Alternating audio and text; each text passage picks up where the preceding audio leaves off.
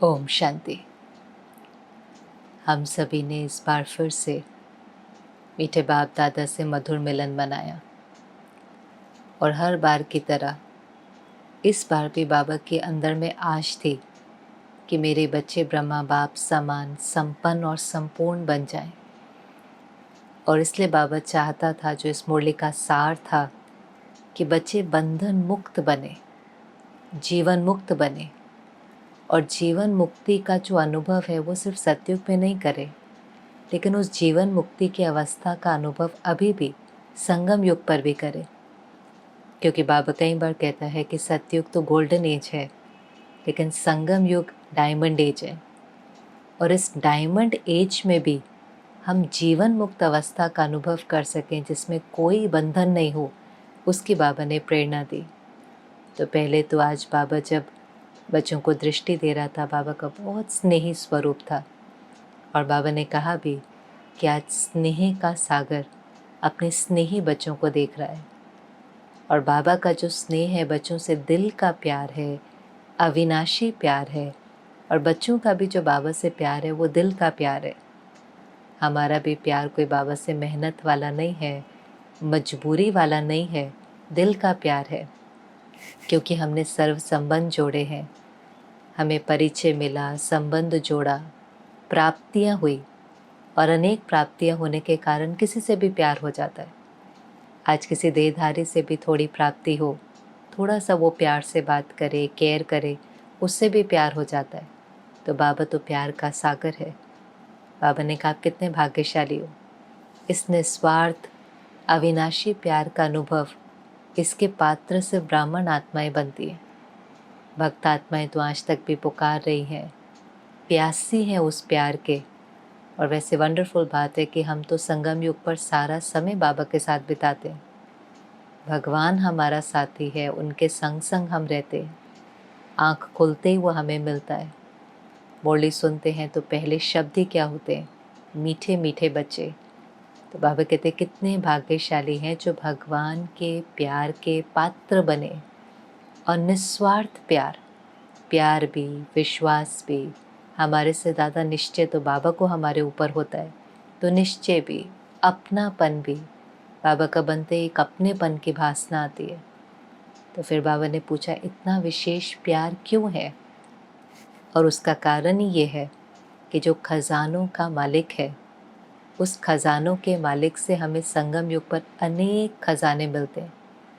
और वो अनेक खजानों की प्राप्तियां होने से बाबा हमारा संसार बन जाता है। बाबा ने कहा, अपने खजानों को जानते हो ना।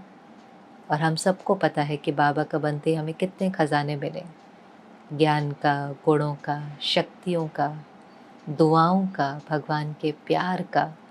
कितने खजानों से हम संपन्न हुए। तो ही तो हमें दुनिया से वैराग आया ना। पुरानी दुनिया क्यों भूल गई, क्योंकि भगवान से हमें बहुत प्राप्ति हुई। तो बाबा ने कहा, अपने खजानों को जानते हो। आप दुनिया की तरह खाली हाथ नहीं जाते हो, आप भरतू हाथ जाते हो। 21 जन्मों की कमाई करके जाते हो, अविनाशी कमाई। और बाबा ने हर एक को अखुट, अखंड, अविनाशी खजाने दिए। ये खजाने खुटते नहीं हैं। ये खजाने तो जितना दो उतने बढ़ते हैं। शरीर भी छूट जाएगा तो ये आत्मा सारे खजाने, गुणों के, शक्तियों के सारे खजाने अगले जन्म में ले जाती है। 21 जन्म ये खजाने साथ में चलते हैं। तो बाबा ने कहा, नशा रहता है, खुशी रहती है, क्योंकि नशा और खुशी फिर चेहरे पर दिखाई देनी चाहिए। कोई हमारा चेहरा देखे तो उसको त्याग नहीं दिखाई दे, उसको भाग्य दिखाई दे। उसको ये नहीं लगे, अरे इन्होंने ये छोड़ दिया, पुरानी दुनिया छोड़ दी, पुराने संबंध छोड़ दिए।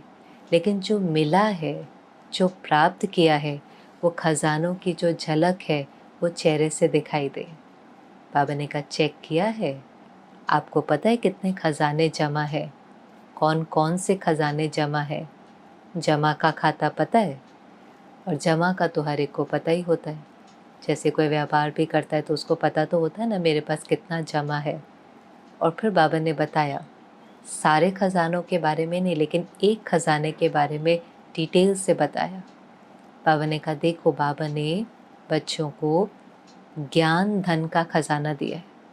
और ये पहला खजाना है जो हमको मिलता है, और इस पहले खजाने से ही हमारी जीवन परिवर्तन हो जाती है। बाबा ज्ञान का सागर है, नॉलेजफुल है, बुद्धिवानों का बुद्धिवान है। वो सबसे पहले आकर के हमें सत्य बुद्धि देता है। इसलिए बाबा ने कहा ज्ञान धन का खजाना मिला, और ज्ञान धन का खजाना मिलने से नॉलेजफुल बन गए।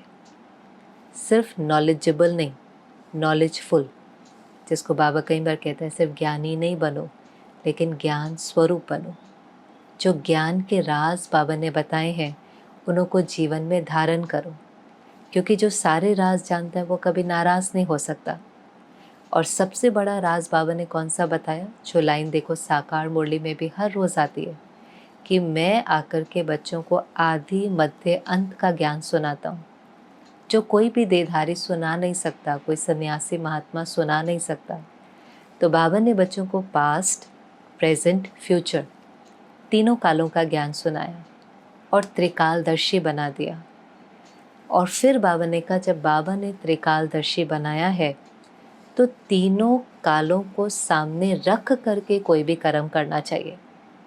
ये चीज़ हमें समझनी है कि जो हमने पास्ट में किया उसका रिटर्न हमारे प्रेजेंट में आ रहा है, और जो हम प्रेजेंट करेंगे उससे हमारा फ्यूचर बनेगा।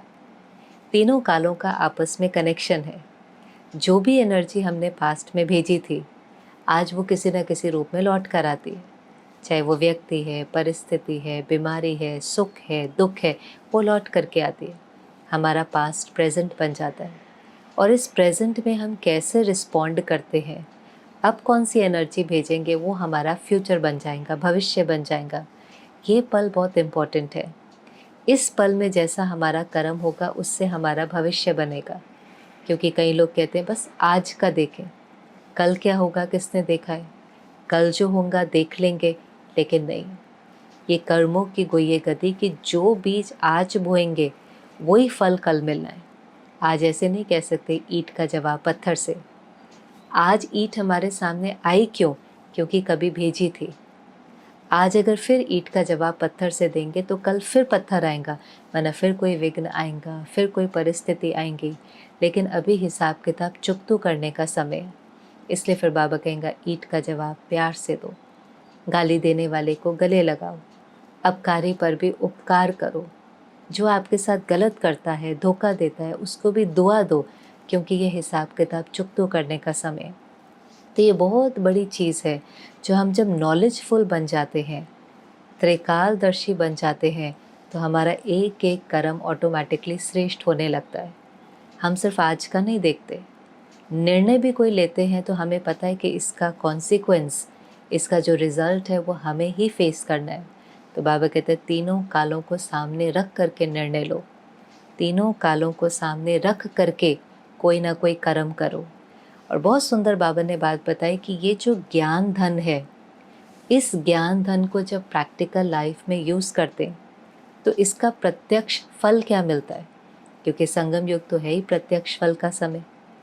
कोई भी विधि को अगर हम यूज़ करेंगे तो उसकी सिद्धि तो मिलेंगी ही। ज्ञान है ही कि हमें अविनाशी ज्ञान है ना, तो जो भगवान की विधि है उसको यूज़ करने से तुरंत प्राप्ति होती है। और ज्ञान धन को यूज़ करने से बाबा ने कहा देखो आप अनुभवी हो कि बहुत प्रकार के हद के बंधनों से मुक्त हो जाते हैं। हद के बंधन, अब ये हद के बंधन कौन से हैं, तो हद के बंधन जो हैं देह का बंधन, संबंधों का बंधन, साधनों का बंधन, पुराने संस्कारों का बंधन, ये सारे बंधन हैं। जैसे देह का भी बंधन क्या है, ज्ञान नहीं था तो मुझे लगता था मैं शरीर हूँ। कितनी बार हम कर्मेंद्रियों से कार्य कराने की जगह कर्मेंद्रियों के वश हो जाते थे। जो पिछले दिन भी पूरी मुरली चली, बाबा ने कहा सारथी बन करके अपने कर्मेंद्रियों से कार्य कराओ। आप इनको अपने वश में रखो, इनके वशीभूत नहीं हो जाओ। तो पहले जो कई बार कहते थे देखना नहीं था देख लिया, बोलना नहीं था बोल दिया, तो कर्मेंद्रियां हमारे कंट्रोल से नहीं चल रही थी। हम कर्मेंद्रियों के गुलाम थे, हम कर्मेंद्रियों के बंधन में थे, तो उसके कारण बहुत गलत कर्म हो जाते थे, बहुत बंधन बन जाते थे। और जब भी बंधन होगा तो आत्मा दुख का अनुभव तो करेंगी ना। तो देह का बंधन, अब हम देह के बंधन में नहीं है, लेकिन अब हम देह के मालिक हैं। ऐसे ही संबंधों का बंधन, अब संबंध में भी क्योंकि कुछ ना कुछ हिसाब किताब है तो सामने तो आता ही है। पर बाबा कहता है इसको कर्म बंधन नहीं बोलो, इसको बोलो ये कर्म संबंध है।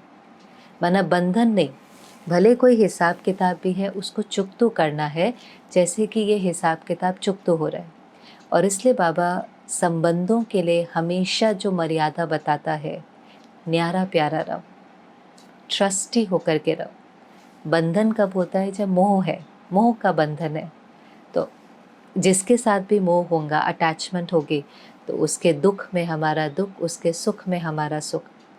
लेकिन अगर हम ट्रस्टी होंगे, माना न्यारे होंगे, तो हमें पता होगा ये इस आत्मा का हिसाब किताब है, हम न्यारे हैं, उनके दुख का प्रभाव हमारे ऊपर नहीं पड़ता, उनके पुराने संस्कारों का प्रभाव हमारे ऊपर नहीं पड़ता। हम न्यारे हैं लेकिन किनारा नहीं करते, और ही उस आत्मा को बाबा का प्यार देते हैं कि उस आत्मा को भी सहयोग मिले और वो आत्मा भी अपने पुराने संस्कारों के बंधन से मुक्त हो जाए। तो कोई भी हिसाब किताब है, बाबा कहते हैं इसको बंधन नहीं बोलो। बंधन माना उसके कारण मन में व्यर्थ संकल्प चलता है, बोझ का अनुभव होता है, बोझ हमेशा सोच का होता है। तो जब हम उस चीज़ के बंधन में फंस जाते हैं तो सोच हमारी व्यर्थ हो जाती है, जिसके कारण आत्मा दुख और अशांति का अनुभव करती है, जीवन मुक्त स्थिति का अनुभव नहीं करती। जीवन मुक्त किसको कहेंगे? जो बाबा ने कहा जीवन मुक्ति सिर्फ सतयुग में नहीं, सतयुग में तो कोई प्रकार का बंधन ही नहीं है, कोई कार्मिक अकाउंट ही नहीं है, कर्म संबंध है। कर्म संन्यास तो वहाँ भी नहीं है, कर्म तो करेंगे लेकिन न कोई पुराना हिसाब किताब है। और इतनी अच्छी हमारी आत्मिक स्थिति है कि हर कर्म भी जो हम वहाँ करेंगे वो श्रेष्ठ कर्म ही होगा। लेकिन बाबा ने कहा वहाँ तो आपको ज्ञान ही नहीं है कि बंधन क्या होता है। यहाँ तो पता है ना बंधन क्या होता है। यहाँ पर बंधन मुक्त स्थिति, यहाँ पर जीवन मुक्त स्थिति, जीवन है लेकिन कोई प्रकार का बॉन्डेज नहीं, दुख नहीं, लिबरेटेड। जीवन मुक्त किसे कहेंगे? लिबरेशन इन लाइफ, लाइफ है लेकिन किसी प्रकार का बॉन्डेज नहीं है। बॉन्डेज दुख देता है। बंधन माना गुलाम, बंधन माना दुख, बंधन माना किसी चीज़ के वश। जैसे कोई जेल में होता है तो उसका अपने ऊपर कोई मालिक नहीं है ना। तो जो जेलर होगा वो कहेगा बैठे तो बैठे, खाए तो खाए, अपनी मर्जी नहीं है। लेकिन जीवन मुक्त माना आत्मा मालिक है, न शरीर के बंधन के वश है, न संबंधों के बंधन के वश है, न साधनों का बंधन। ऐसा नहीं है बाबा कहता साधन यूज़ नहीं करो, भले साधन यूज़ करो। बाबा कहते ये आपके योग का तो फल है लेकिन साधनों के गुलाम नहीं। ऐसे नहीं हम कह सकते कि ये साधन नहीं मिला तो मैं हलचल में आ गया। मेरी मन की स्थिति साधन के ऊपर डिपेंडेंट नहीं है, मेरी मन की स्थिति किसी व्यक्ति के ऊपर डिपेंडेंट नहीं है, मेरी मन की स्थिति किसी वैभव के ऊपर डिपेंडेंट नहीं है। यहाँ तक कि पुराने संस्कार का भी बंधन, जो कई बार कहते हैं ना मेरा आवाज़ ही ऐसा है, चिंता करना मेरा संस्कार है, गुस्सा तो मुझे आ ही जाता है। बाबा ने कहा मेरा मेरा नहीं कहो, ये मेरे संस्कार नहीं है, ये पुराने संस्कार है, इनको बदलना है और ये ज़रूर बदल जाएंगे। मेरे संस्कार तो शांति, शक्ति, प्यार, दातापन के संस्कार हैं। तो पुराने संस्कारों का बंधन क्या होता है? जब गलत किया और कहा मैं क्या करूं, मेरा संस्कार ही ये है, तो संस्कार या आदत के भी वश हो गए। और बहुत सूक्ष्म बाबा ने जो एक लाइन में कहा, कल की मुरली में तो बाबा ने बहुत डिटेल नहीं सुनाई, पर बाबा ने बंधन मुक्त और जीवन मुक्त होने के लिए बहुत हमें पहले भी शिक्षाएं दी। और जो एक लाइन कल भी बाबा ने कही कि फिर कौन सा बंधन रह जाता है, सोने का या हीरे का बंधन। और उसके लिए तो फिर जो कहानी हमेशा सीता के दिखाते हैं कि आप देखो सीता सब कुछ छोड़ आई, राम के साथ जब वनवास में गई तो महल छोड़ दिया, सुंदर सुंदर कपड़े छोड़ दिए, हीरे जवाहरात छोड़ दिए, जेवर छोड़ दिए, परिवार छोड़ दिया, सब कुछ त्याग किया। और फिर किस में फंस गई? कहते सोने का हिरन। सोने का हिरन देखा, फंस गई, रावण उठाकर ले गया। वंडरफुल बात है कि जिसने इतना सब कुछ छोड़ दिया तो वो सोने की हिरन में कैसे आकर्षित हो सकती है। ये हमारा यादगार है। हम सब कुछ छोड़ देते हैं। बाबा, आपके लिए मैंने सब छोड़ दिया, पुरानी दुनिया, पुरानी बातें, पुराने संस्कार, पुराने संबंध, सब। फिर किस में फंस जाते हैं? जिसको बाबा कहता है नाम, मान, शान, प्रशंसा, इन छोटी छोटी चीज़ों में, कि सब छोड़ने के बाद फिर कहेंगे मेरा सेवा करी या कोई प्रोजेक्ट किया या कहीं पर भी कंट्रीब्यूट किया तो अंदर में आएगा थोड़ा सा मेरा नाम तो हो जाता, इस मीटिंग में मुझे भी बुला लेते, कम से कम सभा में मेरा नाम तो ले लेते। अभी सोने और हीरे की जंजीर बाबा इसको क्यों कहता है? क्योंकि ये तुरंत दुख नहीं देते हैं। काम, क्रोध, लोभ, मोह, अहंकार तुरंत दुख देता है। मोह का बंधन तुरंत दुख देता है। कर्मेंद्रियों के वश होते हैं, तुरंत दुख मिलता है। लेकिन ये वाले बंधन में तुरंत दुख नहीं मिलता। जैसे किसी को भी लोहे की जंजीर पहनने अच्छी नहीं लगती है, लेकिन सोने और हीरे की जंजीर अच्छी लगती है वो भी जंजीर, लेकिन उसका जो माला होंगी या कोई लॉकेट होगा तो पहनने में अच्छा लगता है। तो ये भी एक प्रकार का बंधन है, क्योंकि हमारी मन की स्थिति डिपेंडेंट है। कोई प्रशंसा करता है, लेकिन इसमें डिपेंडेंसी क्या है? पहले सुख मिलता है, नाम हुआ, मान हुआ, रिस्पेक्ट मिली, प्रशंसा मिली, एक्सेप्टेंस मिली, अच्छा लगता है, लेकिन है तो डिपेंडेंसी ना। अंदर में डर तो ज़रूर लगेगा, क्योंकि अगर कोई प्रशंसा करता है और अच्छा लगता है तो कल को कोई अपमान करेगा तो बुरा भी लगेगा। कोई स्तुति करता है, अच्छा लगता है, तो कल को निंदा होगी तो बुरा भी लगेगा। नाम होगा तो अच्छा लगेगा, लेकिन कोई बदनाम करेगा तो बुरा भी लगेगा। तो मन की स्थिति तो फिर आधारित हो गई।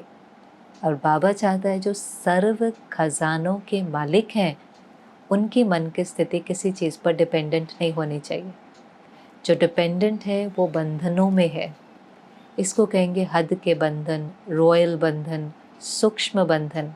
इन बंधनों के आधार पर हमने थोड़ी थोड़ी खुशी की अनुभूति की है, लेकिन अब तो हम दाता के बच्चे हैं, खजानों से संपन्न है, पाना था सो पा लिया। अब हमें देना है, देना है, देना है। हमें कहीं से कुछ नहीं चाहिए। भगवान हमारा कितना मान करता है, सिर का ताज हमें बनाता है, नैनों का नूर बनाता है, हमें बाहर से कुछ नहीं चाहिए।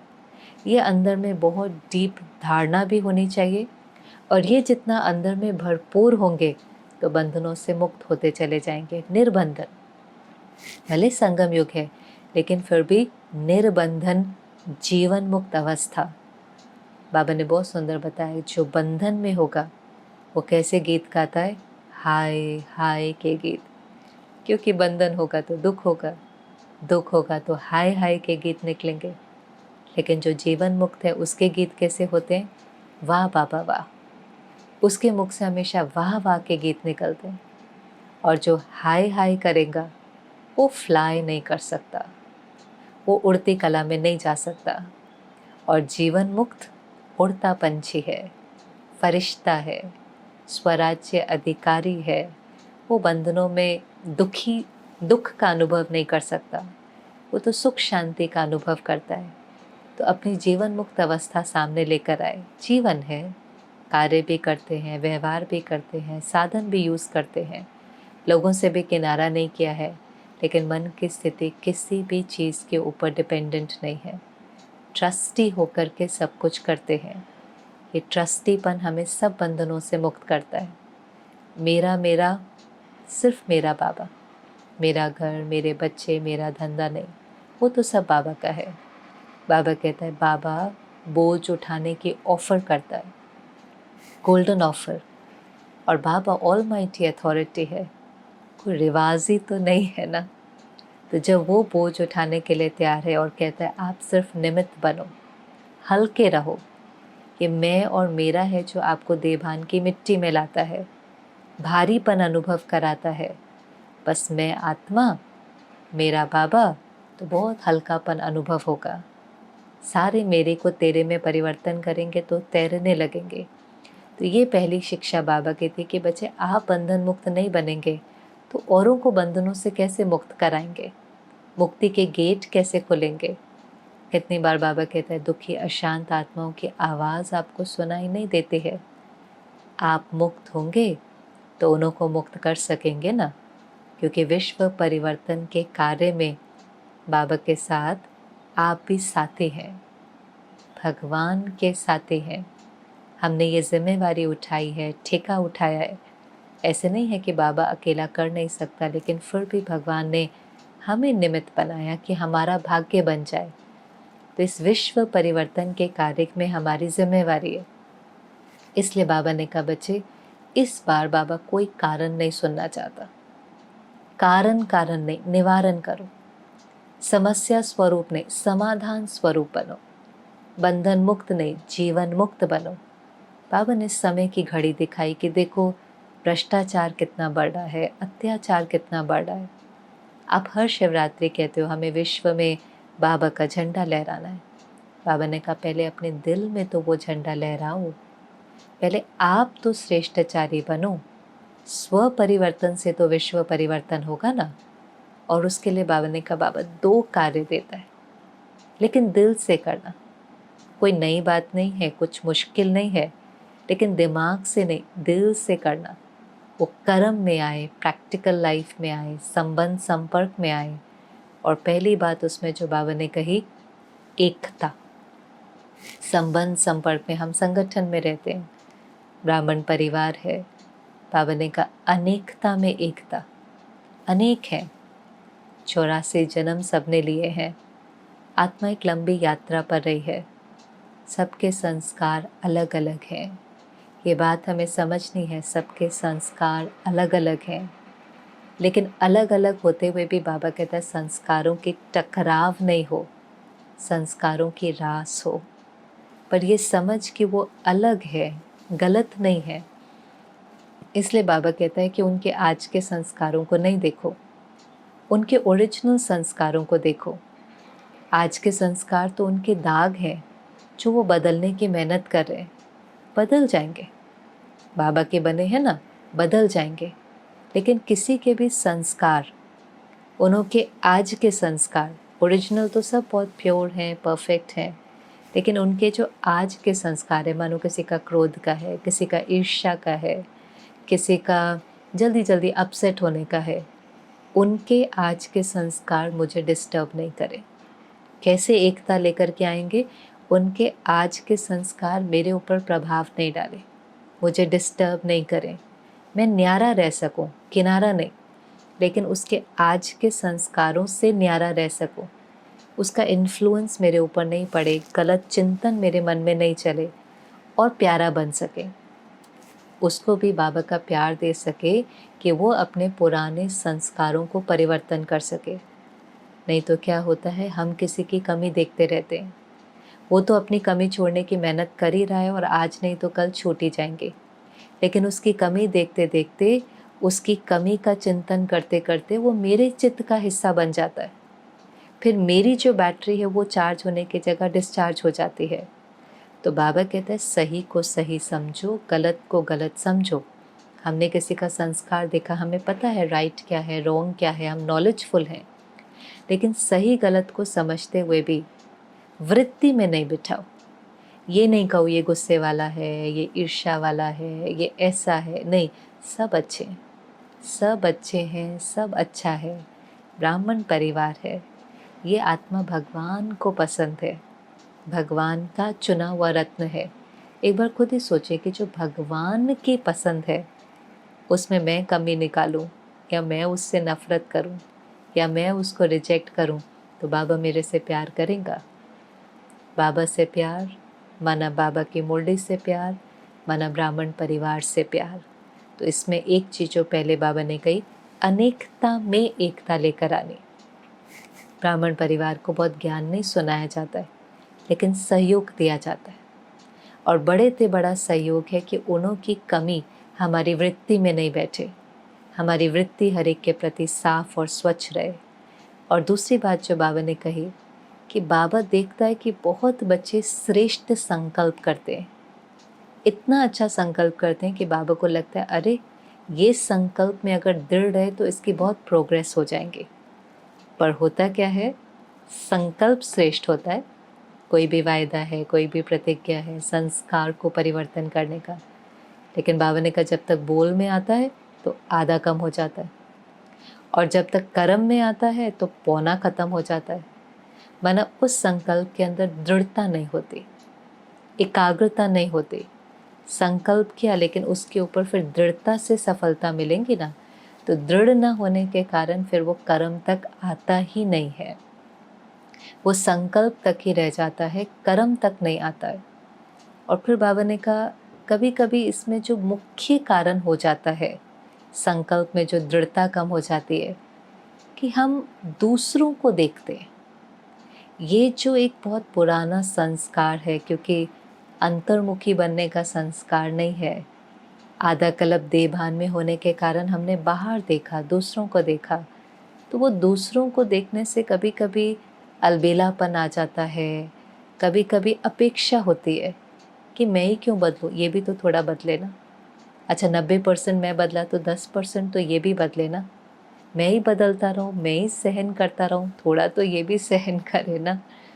तो बाबा ने कहा फिर क्या होता है, वो उंगली उनकी तरफ जाती है। और बाबा ये कई बार बताता है, करके दिखाता है कि अगर आप एक उंगली उनकी तरफ करते हो तो 4 आपकी तरफ भी तो है ना। एक उंगली उनकी तरफ है तो 4 अपनी तरफ भी है।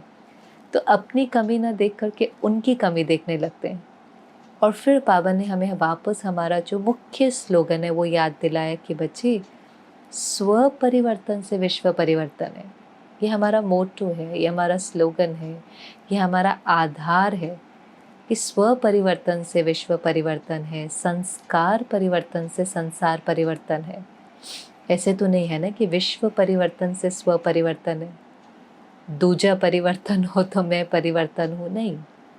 मुझे बदलना है, मुझे चेंज होना है। इसमें ओटे सो अर्जुन, जो पिछले दिन भी बाबा कह रहा था, ईर्ष्या में ओटे सो अर्जुन नहीं, पहले मैं नहीं, लेकिन परिवर्तन में पहले मैं। इसीलिए तो ब्रह्मा बाबा नंबर 1 चला गया, पहले मैं। मुझे याद है दादी जान के भी कई बार कहती थी। एक बार दादी आई और बॉम्बे में बहनों के ग्रुप से मिल रही थी, उसके बाद दादी को मधुबन जाना था। तो दादी ने कहा आजकल 95% अटेंशन मेरा अपने ऊपर रहता है, बस 5% बाहर रहता है। ऐसा दादी ने अपना चार्ट सुनाया। फिर दादी मधुबन गई। मधुबन से दादी जब वापस आई, फिर वापस बॉम्बे में रुकी और उसके बाद लंदन जाना था।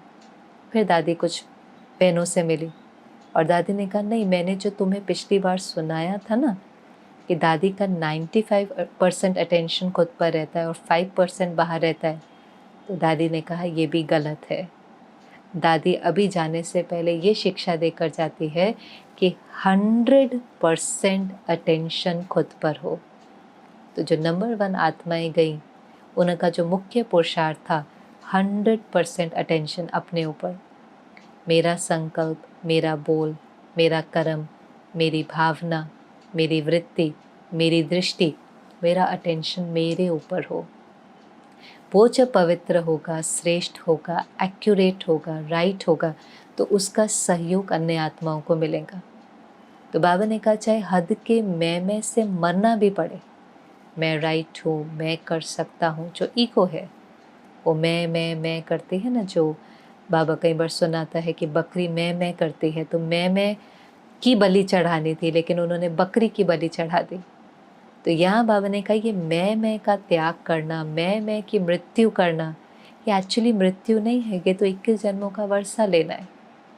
माना अभिमान को ख़त्म करना। अभिमान क्या कहता है, मैं राइट हूँ, मेरा तरीका, मेरी राय। और सीधा सा जो तरीका है फाइंड आउट करने का कि मैं है, तो मैं वाले को, जिसको अभिमान है, उसको अपमान बहुत महसूस होता है। मैं राइट हूँ, लेकिन अगर मेरे तरीके से नहीं हुआ, मेरी बात मानी नहीं गई, तो फिर बहुत ज़्यादा अपमान के महसूसता आती है, दुख होता है। तो बाबा ने कहा इस मैं का त्याग करो, इससे 21 जन्मों की बादशाही मिलनी है और करना ही है, क्योंकि अब बंधन मुक्त, जीवन मुक्त बनना है, घर जाना है। और बाबा के सामने जो बच्चे बैठे थे, बाबा ने कहा 16,108 में तो आप ही आएंगे ना। बहुत सुंदर बात थी जो सभा बाबा के सामने बैठी थी। बाबा ने कहा भले बाबा ने कहा है कि last so fast, fast so first जा सकते हैं, ये हो सकता है, लेकिन वो थोड़े होंगे। बाकी जो 16,108 में आने वाले हैं, जो अधिकारी हैं, वो तो बाबा ने कहा आप लोग हैं। कौन? जो पक्के निश्चय बुद्धि हैं और जो बहुत काल के पुरुषार्थी हैं। बहुत सुंदर बात थी जो बाबा ने कहा, भले संपूर्ण पुरुषार्थी नहीं भी है, लेकिन अच्छे पुरुषार्थी तो है ना। निश्चय बुद्धि है, लंबे समय से पुरुषार्थ कर रहे हैं, सच्चाई सफाई से पुरुषार्थ कर रहे हैं। बाबा साथ ले जाएगा, छोड़ेगा थोड़ी ना। राज्य तो आप ही करेंगे, बाकी थोड़े हैं हाँ जो लास्ट में आएंगे और फास्ट जा कर के फर्स्ट चले जाएंगे। बाकी तो जो बहुत काल का पुरुषार्थ कर रहे हैं, उन्हीं को ही बाबा ले जाएगा, वही राज्य करेंगे। और लास्ट में बाबा ने कहा बस एक चीज़ करो, अपनी भावना पर अटेंशन दो। जो बाबा ने कहा ना, स्व परिवर्तन करना है, सारा अटेंशन खुद पर। तो बस बाबा ने कहा शुभ चिंतन, सबके प्रति शुभ चिंतक, रहम की भावना, कल्याण की भावना, सहयोग की भावना, परिवर्तन की भावना। भावना बहुत ऊंची हो। भावना में नफरत की भावना, इसको उसको पर चिंतन करने की भावना, रिजेक्ट करने की भावना, किनारा करने की भावना नहीं, रिवेंज की भावना नहीं, लेकिन अंदर में बहुत शुभ भावना। किसी ने गलत भी किया है तो भी उसके कर्म से उसका भाग्य बनता है। मेरी भावना उसके प्रति बहुत शुभ है। मेरे मन में हर एक के प्रति जो चिंतन है वो बहुत अच्छा है। इसके लिए बाबा ने कहा ना कि भले शिक्षा भी देनी है तो क्षमा के भाव से दो। नहीं तो कोई हमारे साथ गलत करता है, कोई हमें धोखा देता है, किसी से बड़ी गलती हो जाती है तो भावना में गुस्सा आ जाता है, भावना में नफरत आ जाती है, कई बार उससे किनारा भी कर लेते हैं। बाबा ने कहा नहीं, पहले तो बाबा ने कहा शिक्षा दो ही नहीं, क्षमा करो, भूल जाओ, बिंदी लगाओ।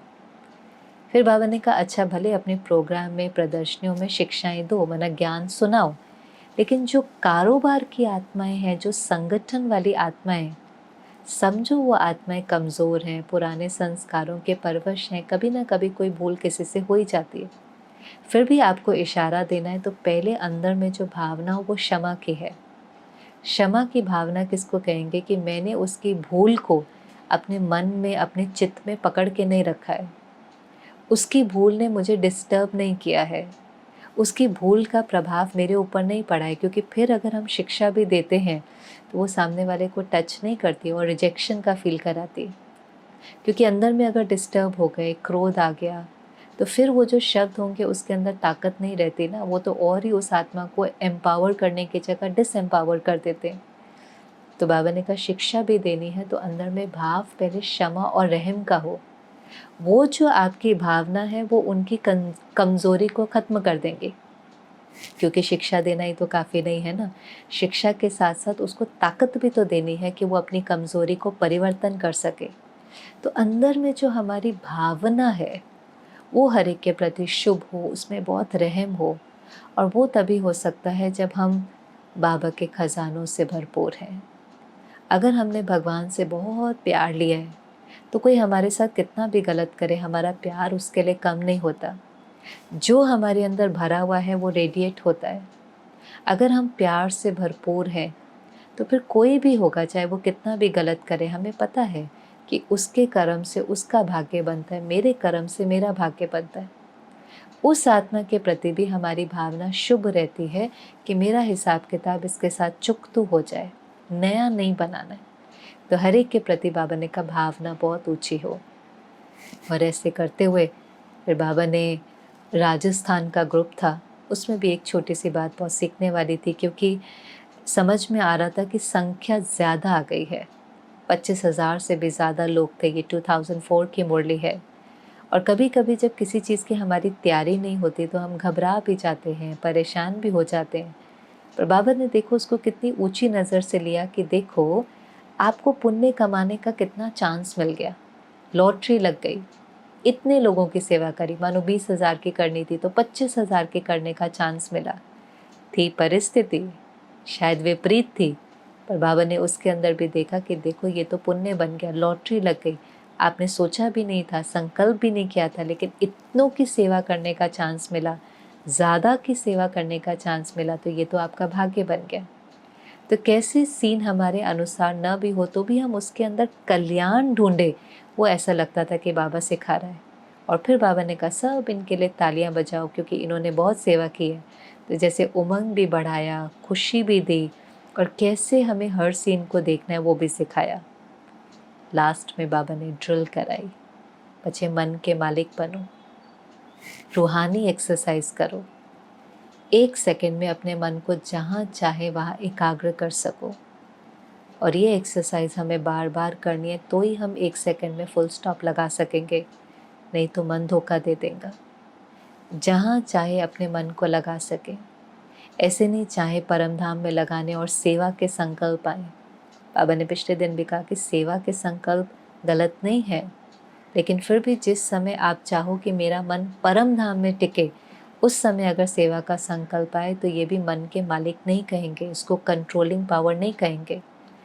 जहाँ चाहे वहाँ मन लग जाए और जितना समय के लिए चाहे उतना समय लग जाए, तब कहेंगे कि मन के मालिक हैं। फिर उस लास्ट सेकंड के पेपर में मन धोखा नहीं देगा। इसलिए ये रूहानी एक्सरसाइज बाबा ने उसी समय कराई, लेकिन एक्सरसाइज रोज़ करनी होती है।